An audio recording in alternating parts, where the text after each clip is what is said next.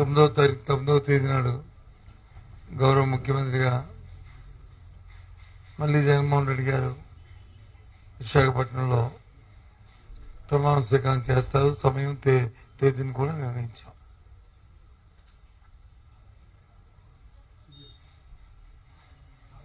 మీరు అడగచ్చు, ఏంటి సార్ అంత నమ్మకమని. ఎస్, 5 సంవత్సరాలు ఏదైతే ప్రజలతో మమేకమై ప్రజా అవసరాలు ఏమున్నాయో వాటికి అనుగుణంగా వారి జీవన ప్రమాణాలు పెరిగే విధంగా చేసిన ప్రతి కార్యక్రమం, తీసుకున్న ప్రతి నిర్ణయం వారి తాలూకా ఆర్థిక పరిస్థితి మెరుగుపడమే కాకుండా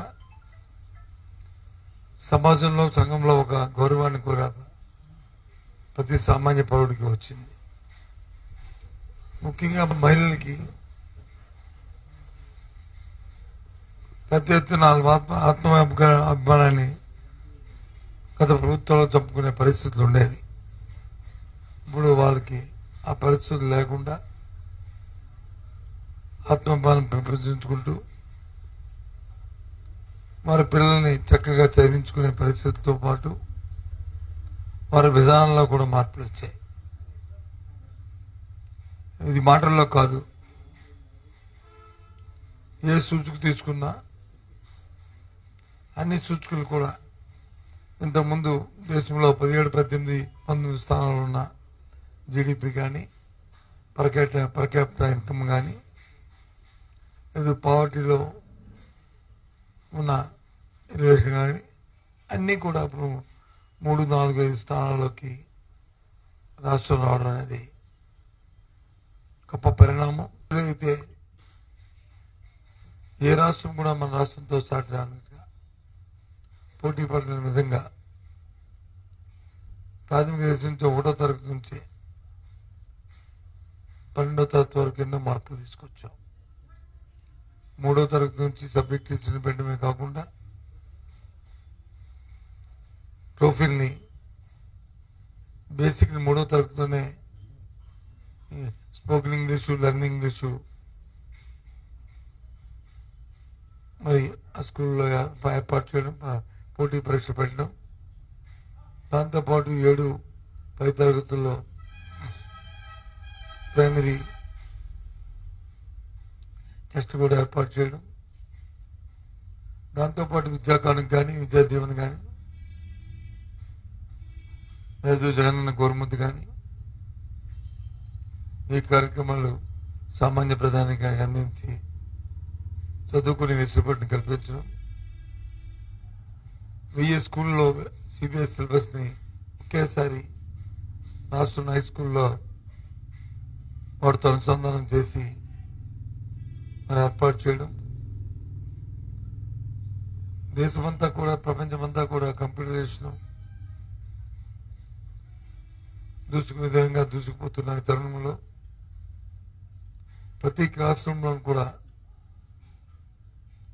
స్మార్ట్ టీవీస్, ఇంటరాక్టివ్ ప్యానల్స్ పెట్టి వారికి విద్యాబోధన చేయడం, 8th క్లాస్ నుంచే మా పిల్లలకి ఐప్యాడ్స్ ఇచ్చి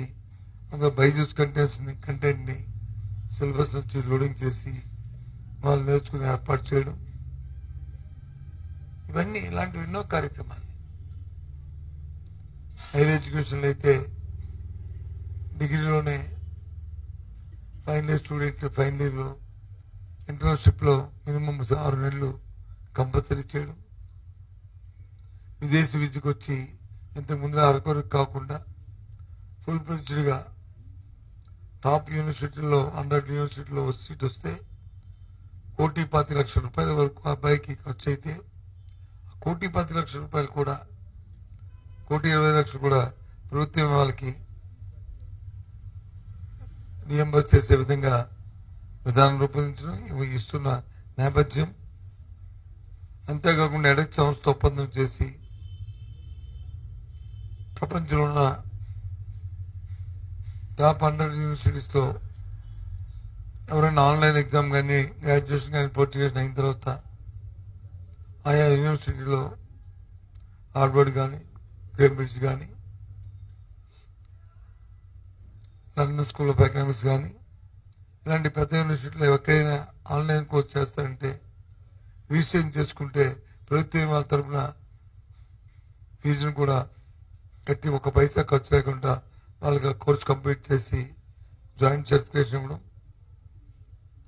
ఇలాంటివి ఎన్నో విధానాలని స్కూల్ ఎడ్యుకేషన్ హైయర్ ఎడ్యుకేషన్ తీసుకొచ్చి ఈరోజు 10th క్లాస్ ఇంటర్మీడియట్ ఎగ్జామ్స్లో పబ్లిక్ ఎగ్జామ్ జరిగినప్పుడు